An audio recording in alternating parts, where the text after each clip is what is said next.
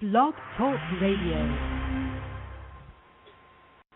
Welcome this morning to the Will Bradley Show. Thanks for listening in today. We've got some bad news, and I want everyone to start off this morning with their thoughts, prayers with the people in Japan. It was a very bad earthquake, one of the worst earthquakes ever recorded. 8.9 on the Richter scale. Earthquake was so bad that it's actually affected, it's going towards Hawaii, and it's supposed to hit the West Coast soon. So everyone that's listening tonight, I hope we can all put our thoughts and prayers with the people in Japan, and also with the people on the West Coast that are actually going to see some of this tsunami storm. So just starting the day off here, we've got a lot going on. It's kind of, as you sit there and think about what's happened over there, it kind of puts things in perspective on how important life is, because as we sit here and talk more about union rights and new legislation and things of that nature, it kind of does put in perspective the actual life and death nature of how life can be. So, again, today is a bad day, but we ought to put these people in our prayers. The call-in number today is 347-996-3175. A lot of things going on in the world today, obviously. Yesterday was a big day for the public workers unions in Wisconsin. A lot of their rights, their bargaining rights, were removed, and it was a chaotic day in Wisconsin. And I think that now it's spreading across the country in different states. The unions are battling the states, and it's for the same thing. The unions don't want to really make concessions in the way that they are compensated in their benefits. And the government, most state municipalities at this point are going broke, and so they have to restructure and redo the way they're doing business. And I think a lot of the unions are fighting it tooth and nail. That kind of gives them, that's what shows their members they're fighting for them. So even if they know this is a losing battle, they realize that their employers are insolvent, that they're spending more than they're making. The union has a due diligence to their members to continue to push the envelope and to push for more benefits, not only not giving up anything, but pushing for more. So I think, like I said, this battle is going to go on. I got a link last night from some of my friends that they posted on Facebook. They tagged me in it. There was an article about what Rich Snyder's doing here in Michigan with the emergency financial managers. Essentially, they, it's here in Michigan that we have a lot of different bankrupt cities and municipalities, and they're relying on the state to bail them out. And a lot of people disagree. A lot of people disagree with the governor's idea of putting emergency financial managers in charge that gives him the right to get out of union contracts or anything else that is putting the municipality in a bad situation. I have a lot of friends that either work for unions or are family members. My mom was a teacher for 30 years. So, I mean, this affects a lot of people. But I think that overall we have to look at all the options on the table. I don't know if all his legislation will pass, but people have to really look at it as if we're going to let these cities, I believe it's Pontiac right now that people are really mad about. If we're going to let these cities cry bankrupt, ask for state and county help, then it's fair to be able to put someone in place that they know that they can rely on to get stuff done. Because you're in a tough situation when you can't hire and fire people based on if they're productive, if you're overpaying for a position. And people just don't realize now. And I was kind of explaining this to my wife last night with these jobs. Let's start off in the 1950s. You had a job. Someone came right out of high school and worked from 18, and they worked for 30 years. 30 years, and retired. That means they were 48 when they retired. This would have been in the 1980s when they retired. Now, that person in the 1980s, when he retired at 48 years old, is still drawing a pension and getting his health care paid. He's been doing this for the last 25 years on the city's dime. Now, that person might have another job already, is doing other things. I mean, he retired pretty young, but yet and still, these people are entitled to these great pension plans and these benefits.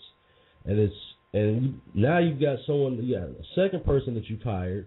Now, after that person retired, now they work. They work for another 20 years, and they retire. Now you've got two retirees off the same job. This could be, let's say, if he was a librarian job. You got two librarians now that have retired, and they're both alive. The other guy is only 68 years old, and the other person could be in their 40s. So now you got two retired librarians you're paying for, and now you got to hire another one. That's three librarians you're paying for at one time. Someone will say, well, those are the $30,000 jobs, or those are the $40,000 jobs. Well, those jobs now are $120,000 because you're paying for two or three people's health care costs. You're paying for those people's pensions and salaries. And so it becomes a lot more than that. And so I think people don't realize the cost when you're looking at long-term costs. That's the same reason why GM was in the shape they were in, because they're paying legacy costs, and people that haven't worked for them in 30 to 40 years on top of the employee they're paying now, and it just becomes, when it comes to health care and things of that nature, that's where they were getting beat up at. So for long-term health of your state, you've got to make some serious changes. Some of the things that the new employees, they will not have the same benefit plans and same planning that someone who worked there before had. That's just because we can't afford to do it anymore, because we're paying for the people the older people now. Now that and Rick Snyder in particular is actually proposing to tax seniors and their pensions, which I don't think is a great idea. I think that that's a tough tax. I think there might be some other ways to do it. But the idea is that these are the people that actually have helped create some of this deficit. And I mean, we're one of the only states that doesn't charge. We don't tax pensions. It's only like 3 states that don't do it, and we're one of them. We can no longer afford to do it. So I think that what we have now is we have some governors throughout the country that are making tough calls. They have to mostly all be Republicans. They're making tough calls because they have to. They're in a situation where they were elected in to do something, and to actually get those goals and objectives done, they've got to make some tough decisions. And I think that you just have to give the people time to see if they can make things work. If it doesn't work and people are just that unsatisfied with it, I guarantee they'll vote Rick Snyder out. They'll vote out Christie in New Jersey. If these people aren't successful in actually turning the state around, I think that there'll be one-term governors. So again, it's very interesting watching the landscape now of people complaining about what's going on throughout the country with union rights for government jobs. I don't have as much as an issue with private companies and unions, like with the UAW and with Ford and things of that nature. I mean, that goes back a long time. Coal mining industry. These people put their lives on the line to get unions and things of that nature. So I just don't like how the unions, because they're a political function, try to mix them all together. Government workers, people that work for the post office, or people that worked as, they weren't put to the same kind of mistreatment that people that work for the big three and work for, like coal mining facilities and things like that. They were treated bad. They needed some safety and some things to help them get better bargaining power. But now at this time, you have a lot of states that do right-to-work states, and they flourish more. They get more business opportunities. I think that as a whole, the state has to look at, the citizens have to make that decision. Are they happy with the fact that maybe their cousin and their friends that might have jobs in the union, they're good, they're set? Will there be any more jobs coming into your state is what you have to look at. How many more new jobs will there be without the opportunity maybe even to put right-to-work zones and things of that nature? So It's going to be very interesting watching over the political landscape throughout these states, but they're all moving in the same pattern, I think, maybe with slightly different issues, but all the states went back to financial solvency. We're all spending too much, state and on a federal level, and no coincidence that the same things that's going on the federal level is going on the state level as far as spending more than we have, and now you're bringing in some conservatives, in particular, and Rick Snyder has a business acumen that can do things by the numbers and see what's going to actually work. And if it works, then he looks good, and if it doesn't, the people will send a message through the vote. I mean, that's what it comes down to. Rick Snyder was, his plan. I believe that because he's a businessman, he kind of knows exactly when he's pinpointing where he thinks he can make that change. But you have to give it a chance and see if that's going to work. So some of the plans he's got for these cities, again, people take it personal. I'm looking at some of the comments people made. They said this is playing God. I think that people want change, and I think that it's just going to have to happen through the leadership that people voted in, and then if the people that aren't satisfied with that over time, then they'll have their chance to speak up too. So I had on my show, I have someone on my show today that we talked a lot about some of these issues. Congressman Thaddeus McCotter. He's an interesting gentleman. He's got a bright outlook on how things can be changed in D.C. I've had him on the show before, and I think that listening to his interview, you'll see that they're still in a tough situation in Congress right now because the Senate's still Democrat controlled, so they have limited power on what they can do. And I think it'll be interesting listening to some of the things he has to say about it. So, we're going to get into the interview right now with Congressman Thaddeus McCotter. Welcome back to the Wayne Bradley Show. We have a return guest today, someone that's considered one of the brightest minds in D.C., right here from Michigan, Congressman Thaddeus McCotter. How are you doing this evening, sir? Hey, Wayne, two things. Thanks for having me back. Secondly, if I'm one of the brightest minds in Washington, I do understand it's a very low bar. Come on now. It's been an interesting day today in D.C. I was glued to C-SPAN for a good part of the day today. What did you think about the Congressman Pete King's hearings today on the radicalization of Islam? Well, I didn't get a chance to watch it because my subcommittee was meeting in financial services. Okay. We were talking, so it's kind of a big place, unfortunately a little too big. I understand.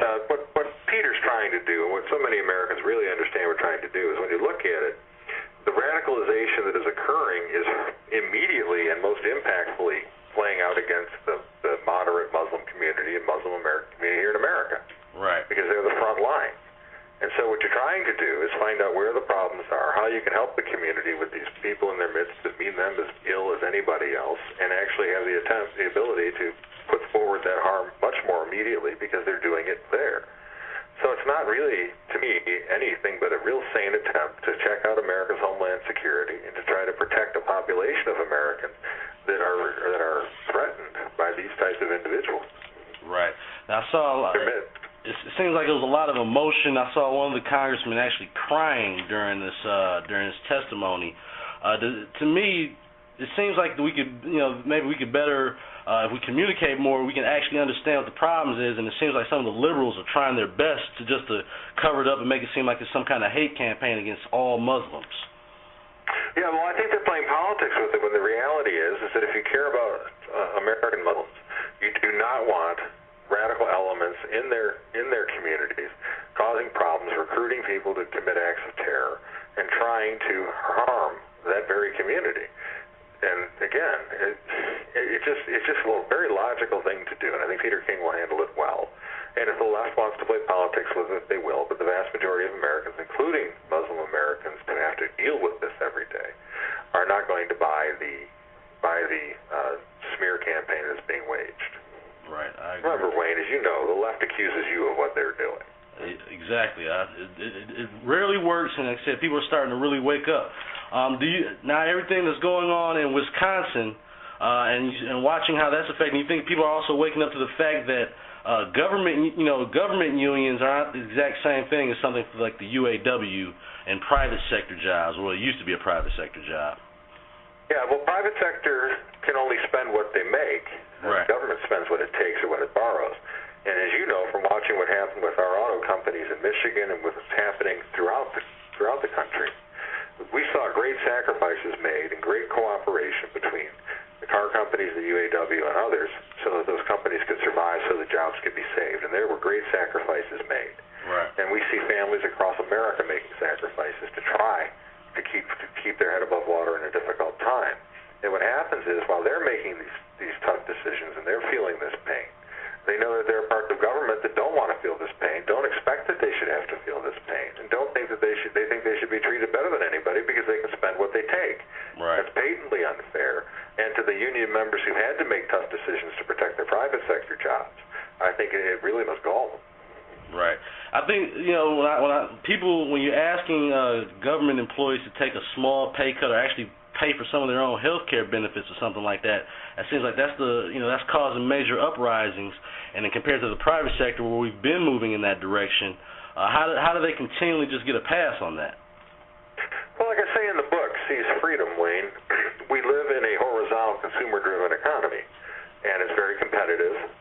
And we understand that, and we had to adjust. Enterprises have to adjust. Individuals have to adjust. But unfortunately, government still thinks it can be big, bloated, and top-down because it does not have to compete. It can dictate in terms of taxation, regulation, litigation. It can do what it wants to keep itself bigger and expand itself. As you know, it can borrow money, too, to do it. So what you have is the incongruity between a top-down, bloated federal government and an economy whereby everybody else has had to make sacrifices to become competitive so that we can remain the economic engine of the world. And that's not sustainable. Not sustainable at this period of time. We need a consumer-driven economy matched with a citizen-driven government, and we will again be the envy of the world in terms of our prosperity. Now, that's something, our finances is very important here in America. Right now, as we're watching what's going on through all the different conflicts in the Middle East, we just had reports today that in Saudi Arabia, they actually had shot at protesters, and only to find out they were rubber bullets. How do we balance the struggle for freedom in a country like Saudi Arabia and our economic interests? Well, I think what we always have to do when we're looking at movements within other nations is to have an understanding that while they may be occurring simultaneously, each individual nation is unique. Each individual nation has its own roots of order in their communities. They all have their own, hopefully, at least some semblance of democratic and economic building blocks. They can serve as the basis for constitutional democratic government.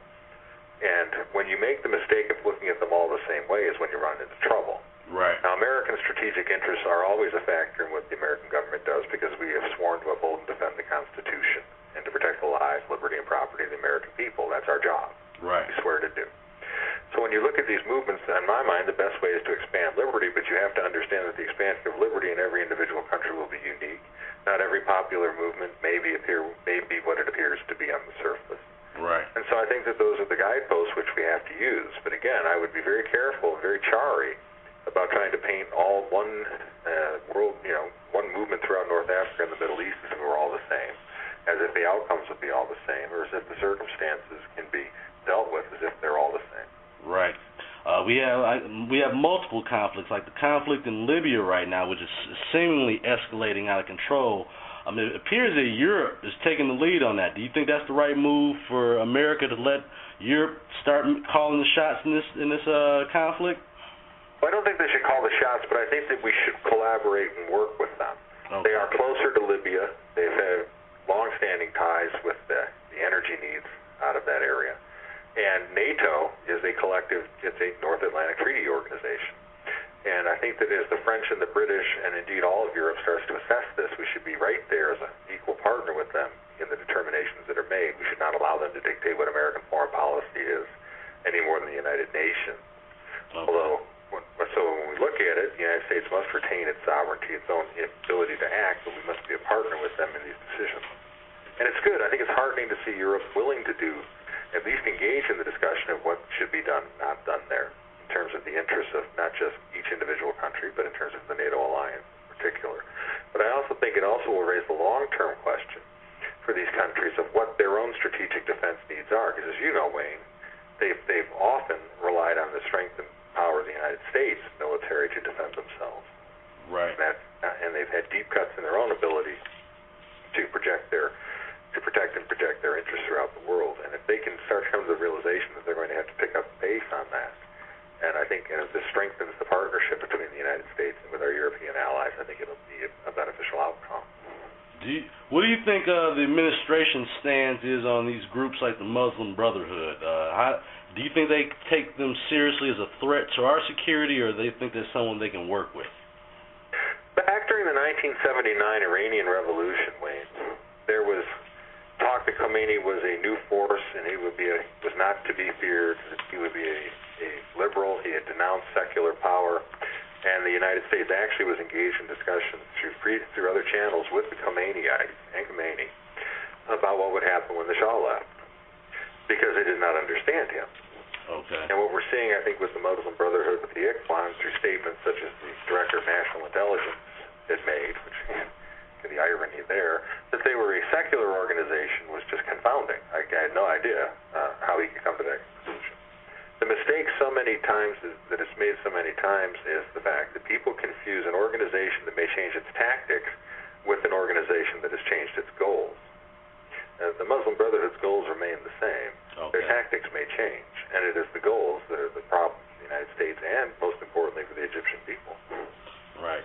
Now, you're a finance guy, right? You're taking a look at this budget. Now, when we changed Congress, going to this new Congress, I think some people were expecting some very drastic and maybe big changes, based off what the budget was going to be. And it seems like the Obama budget's not really trimming too much off of our national debt and actually stopping the spending.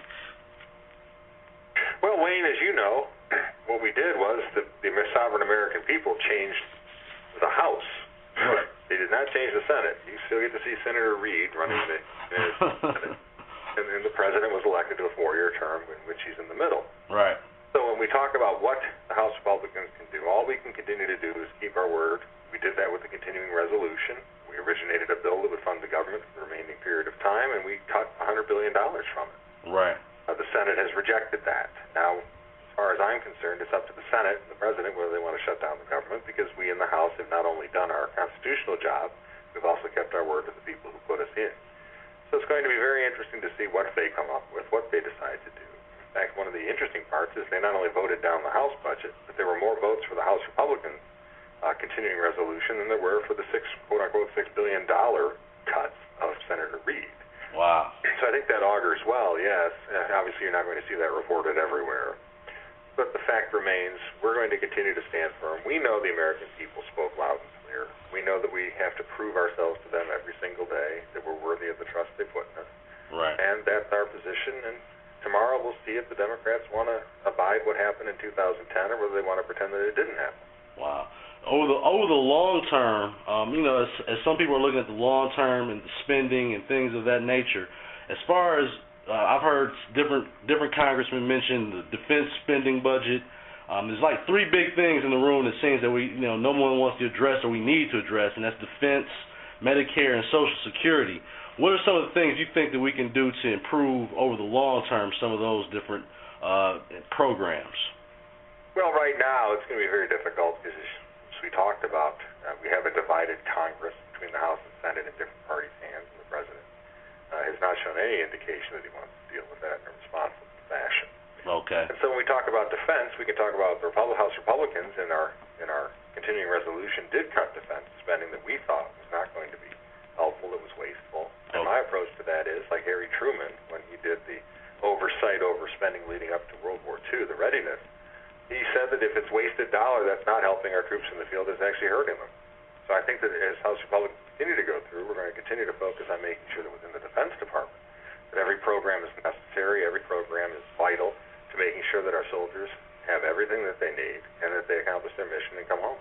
Okay. What do you think as far as, and I guess Social Security is one of the last things, about Social Security? I've heard Rand Paul mention opting out for young people. What do you think are some of the things we could do to improve the long-term solvency with Social Security? Well, I think that there's a lot of ideas out there. Paul Ryan has ideas. In fact, some Democrats in the past have come up with ideas they quickly put back in line.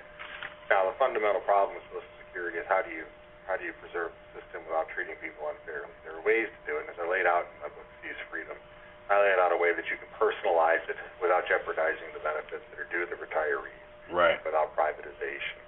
But these are things that we're going to have to get to. I believe the American public is ready for that debate, but I think it's going to be something that's going to carry into the next election, because I do not see the President or the Democratic Party willing to actually engage in a real discussion about how we do it. Okay. Now let's talk a little bit about your book, Seize Freedom.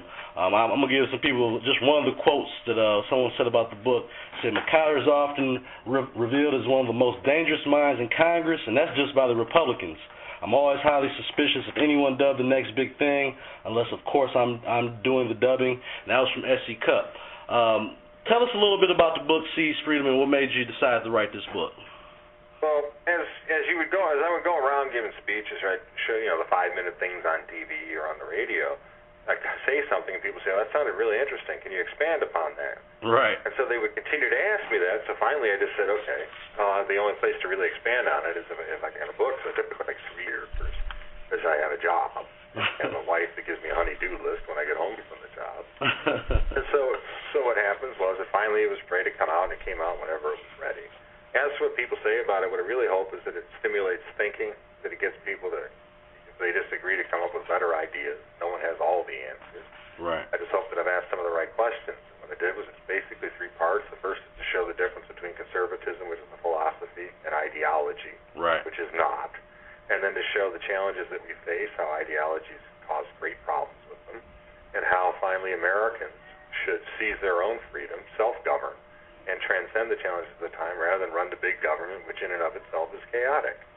So that's pretty much what I tried to do. And again, I wrote it myself. I wrote it over a long period of time, so the people who don't like it, I guess they can only blame me. And how long did you take to write the book? Well, it took about 3 years from when somebody said to me, "Hey, would you do this?" Till when it came out now. So it depends. You're back home, you have a little more time in the garage to write. When you're out here, because I don't have a lot of the problems some people do. You get some time to write at night too, because you're home behaving yourself. So it would come, as it came, and it got done. It's certainly very. I can't say that it was a trying process, because it was just a process, and it would be like this would be on up a hill, down a hill, up a hill, down a hill. Whenever you get something together. All right. Where can we find this book right now? If someone wants to buy the book, where can they go to purchase this book? Amazon has it online, Amazon.com, or you can go to seizefreedombook.com and go right to the publisher's website.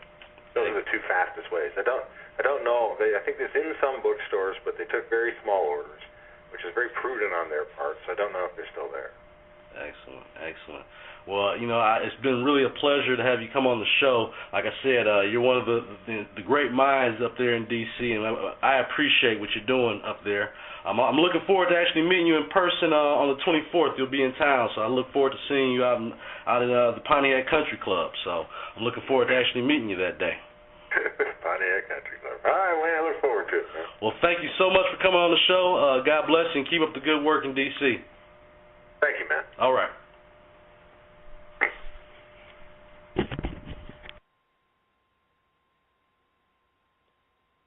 All right, and that was my interview with Thaddeus McCotter. If you're listening out there, give me a call, 347-996-3175. If you're listening in today, the call-in number is 347-996-3175.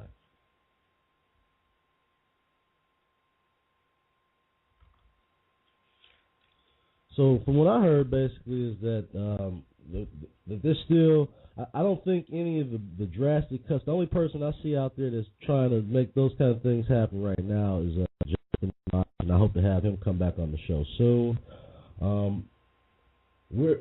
DC still, to me, has not got the full point of how serious, or is there's only so much they can do, I guess, with a Democratic Senate, and I don't know how, where they're going to take it to, because there's so much in time and so much spending going on.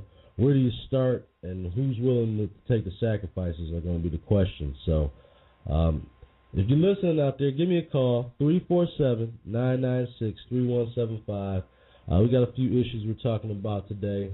Also yesterday, with all the things going on in the Middle East, there's so much uncertainty over there what's going on. And I like one of the questions I asked Congressman McCotter is, how do we balance out, the way that we want people to have freedom? We totally support people having freedom in the Middle East, and Saudi Arabia now is starting to uprise a little bit in protest. And people, we think that it's been bad in Libya and all these other places. It will severely cripple this economy if there's some kind of revolt, some revolution going on in Saudi Arabia right now. And that's primarily where we get a lot of our oil.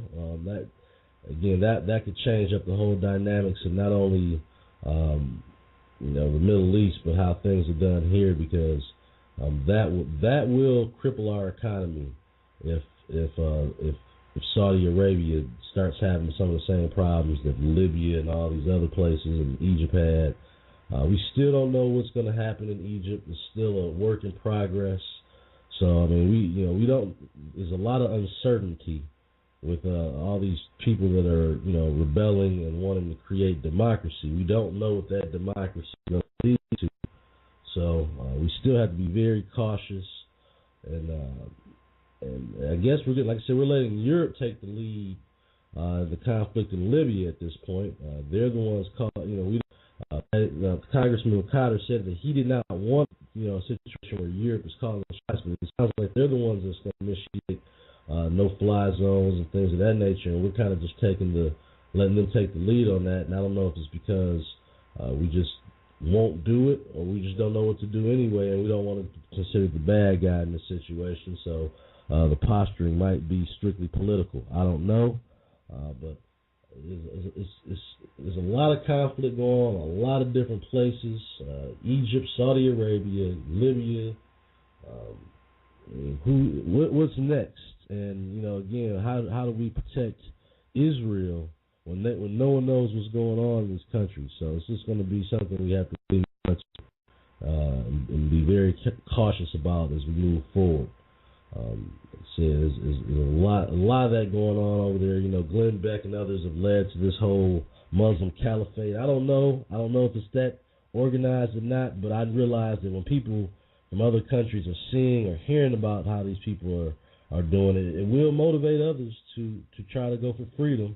And I think that's just a natural human instinct. If you've been living oppressed like some of these people have been living oppressed, the young people who have watched their parents live like this all their lives, they're not, it's just a new generation. They don't want that. And how could you be mad at that?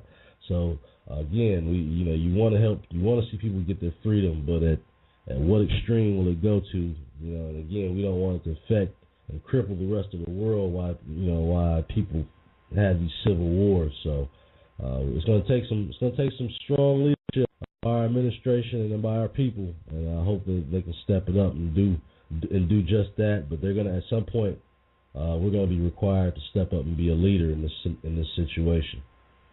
What do you think about the situation? What do you think America should do? Give me a call, 347-996-3175. We got a couple people in the chat room. What do you think America should do? Do you think we should get more involved?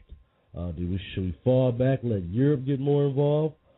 What should we do in these Middle East situations? Give me a call, 347-996-3175.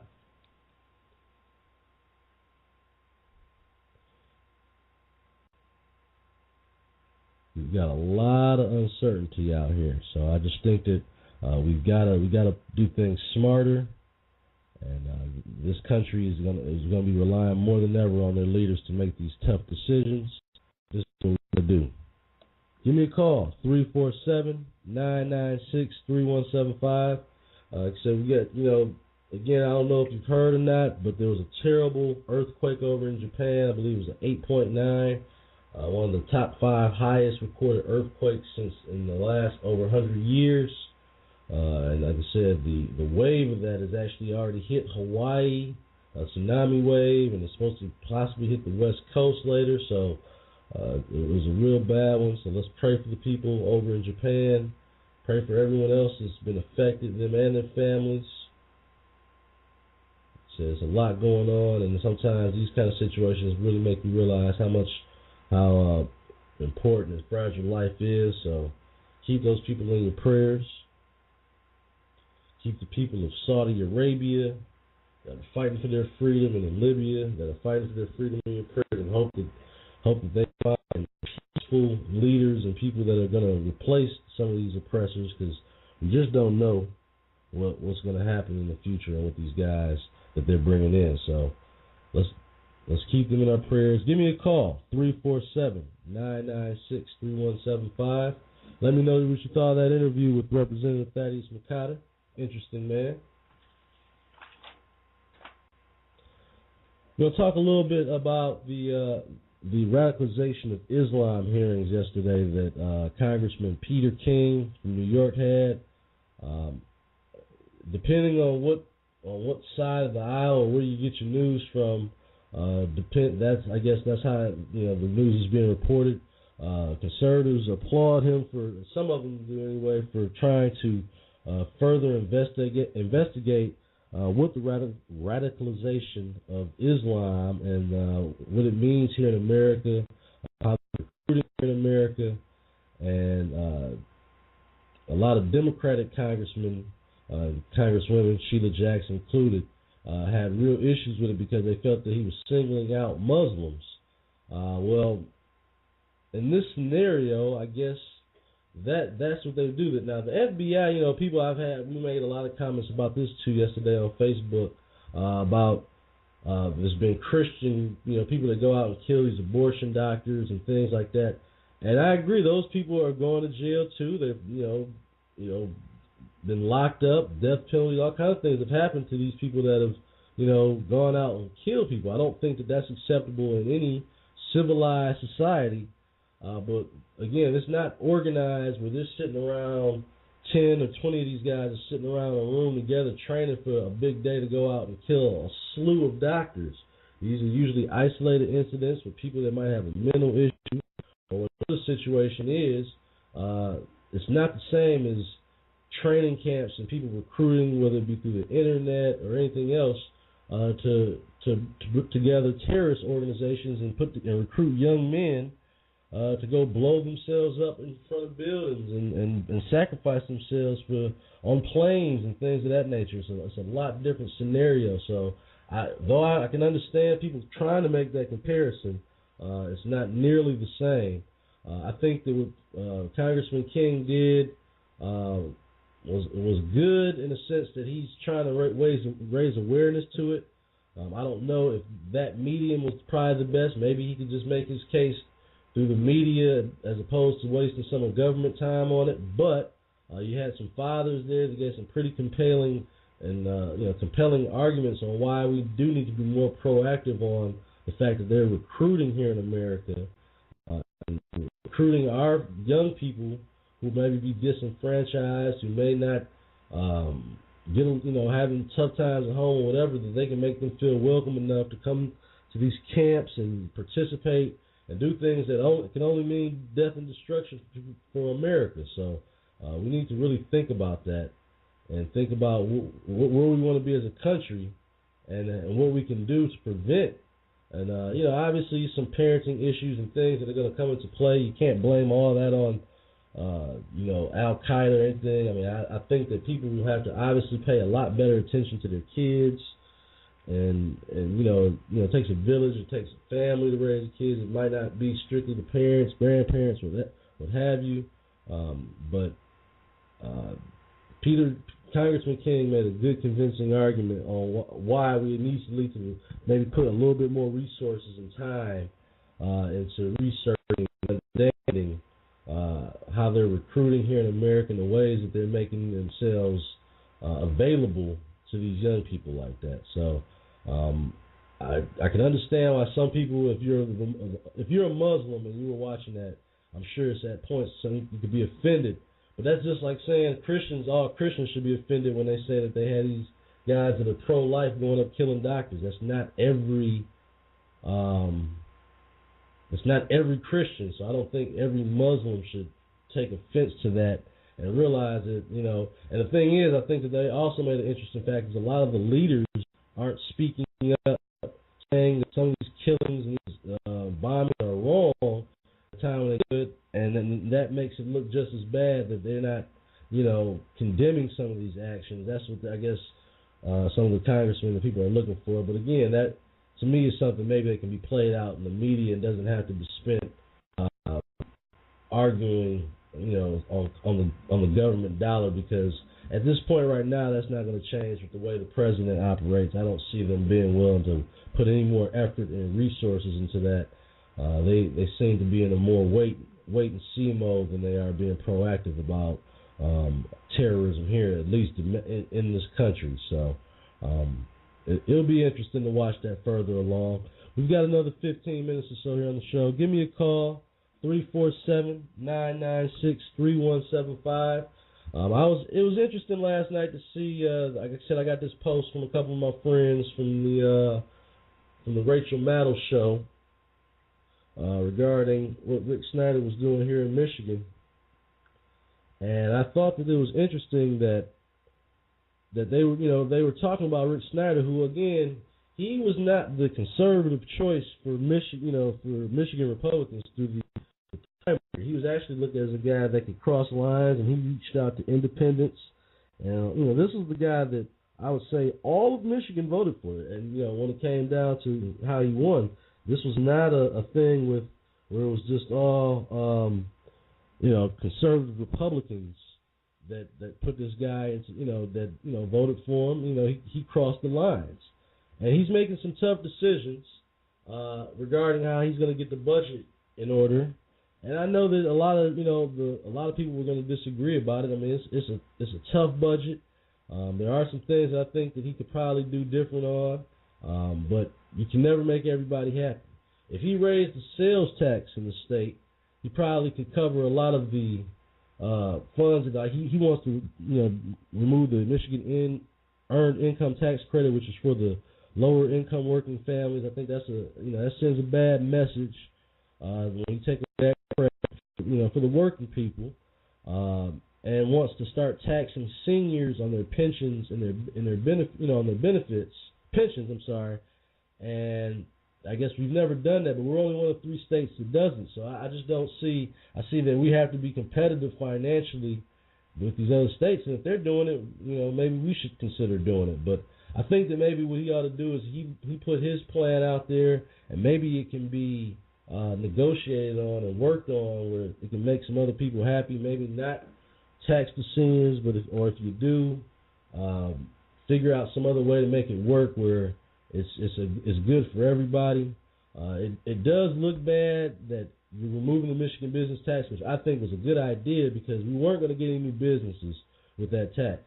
But it just appears and it gives the image that you're giving the businesses their tax break, which really just shouldn't have been. The Michigan business tax was a bad tax.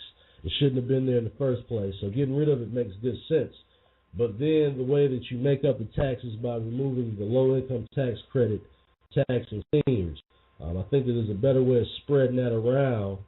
Maybe having more concessions from employees, and maybe if you had to, raising the sales tax by 1% or instituting something, a tax on something else, some kind of service or product that we all use, as opposed to just raising taxes on just one bracket of people. So maybe the governor of Michigan will be willing to negotiate on that.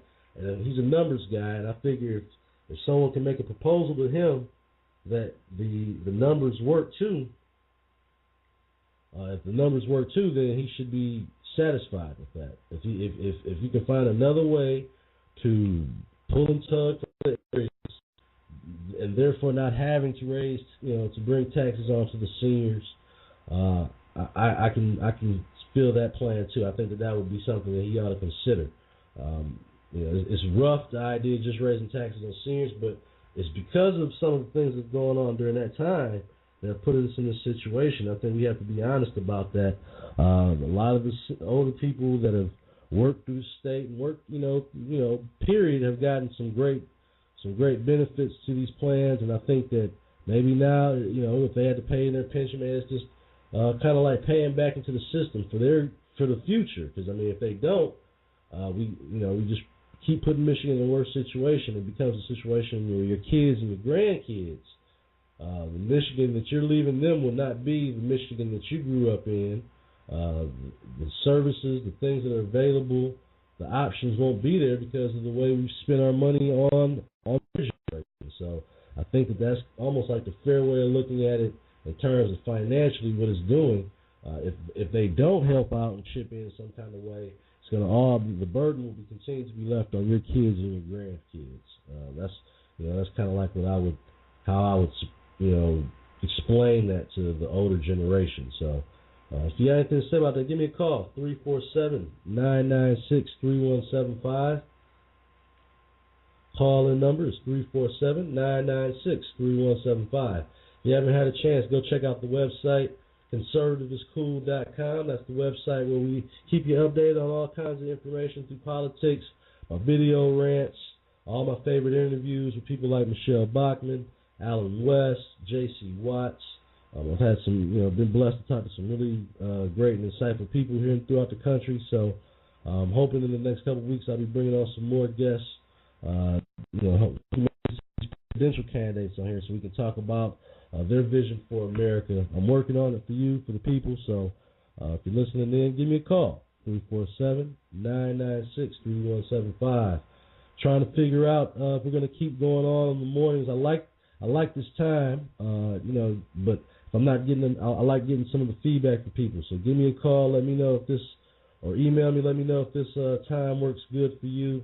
If you like having it in the mornings, or if you prefer to be in the evening, so you can call in. I know I've seen a couple people say that they can't get wild because they're at work right now. So I'd like you to call in and sometimes get wild and animated. But if you're at work, I definitely understand. So give me a call or join the chat room. We in the chat room. You can go in there and we can chat it out. 347-996-3175.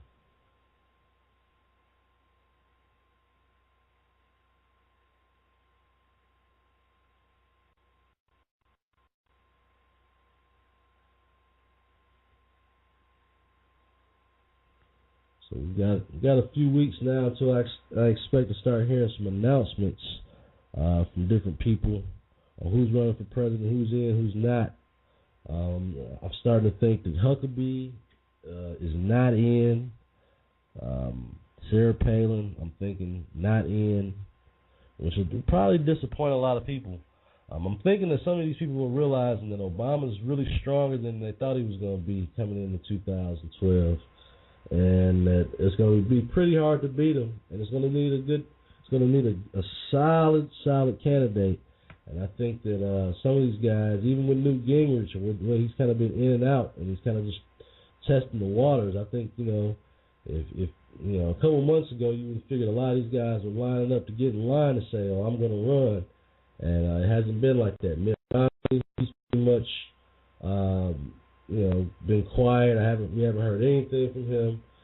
Tim Pawlenty, I think he's in.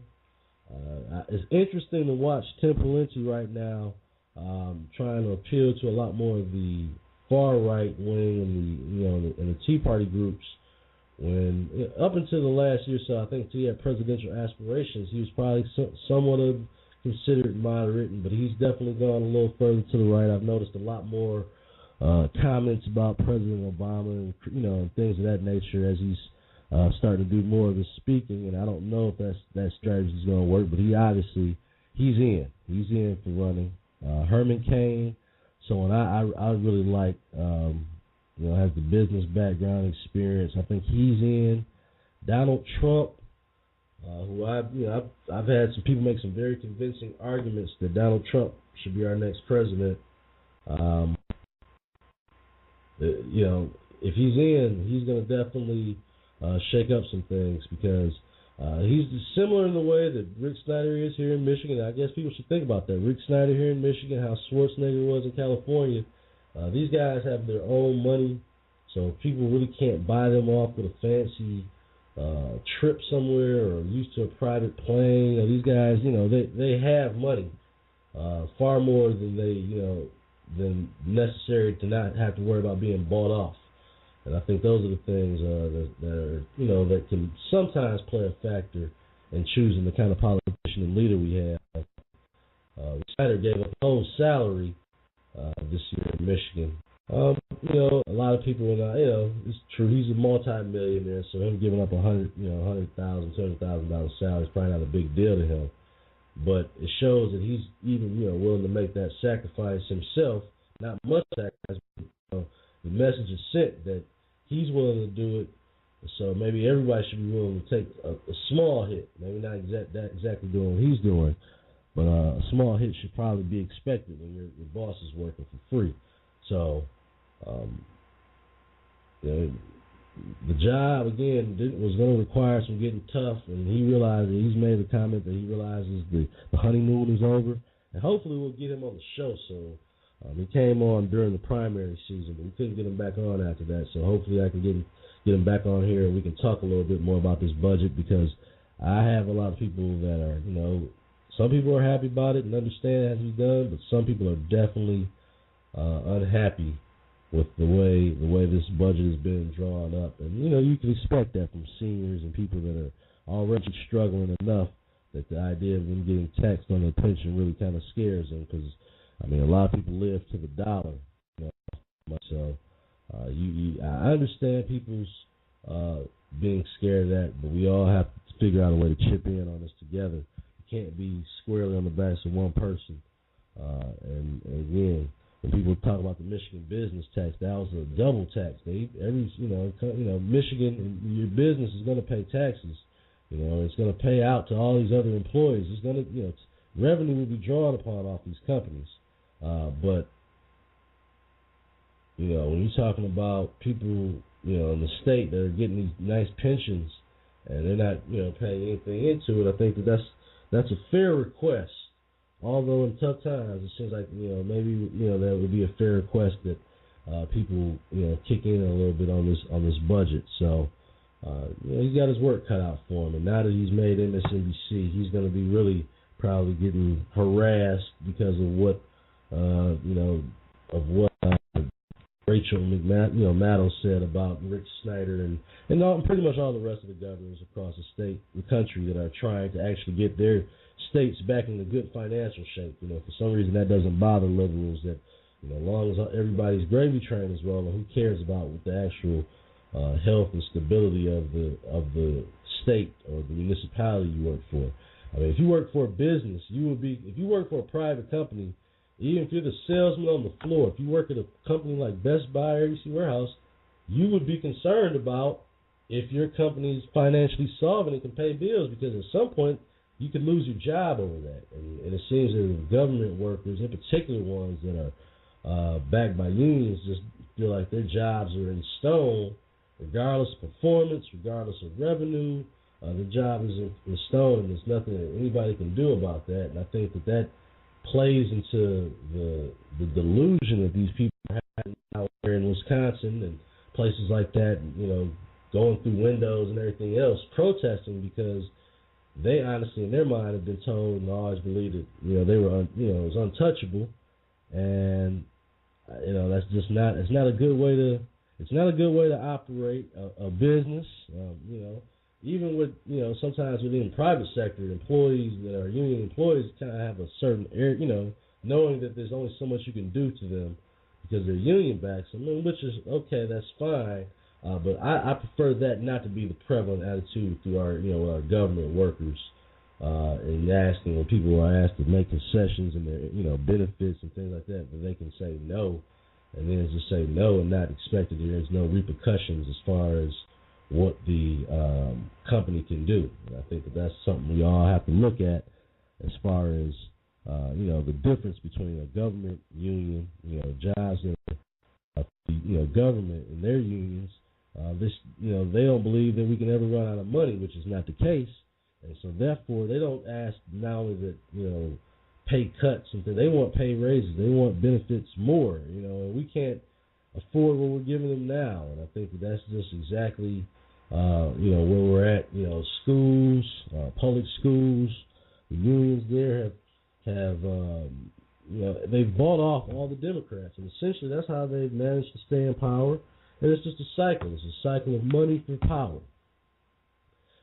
Unions willingly take the money of their employees, exchange it for power with these Democratic politicians, and they watch each other's backs, and that's pretty much how it goes. And I think that if that's the prevailing thought in private sector business, that would be that business's problem. When we start going with the same mentality with government jobs and government, jobs that are paid for by the taxpayer, I think that we're really sliding down a slippery slope.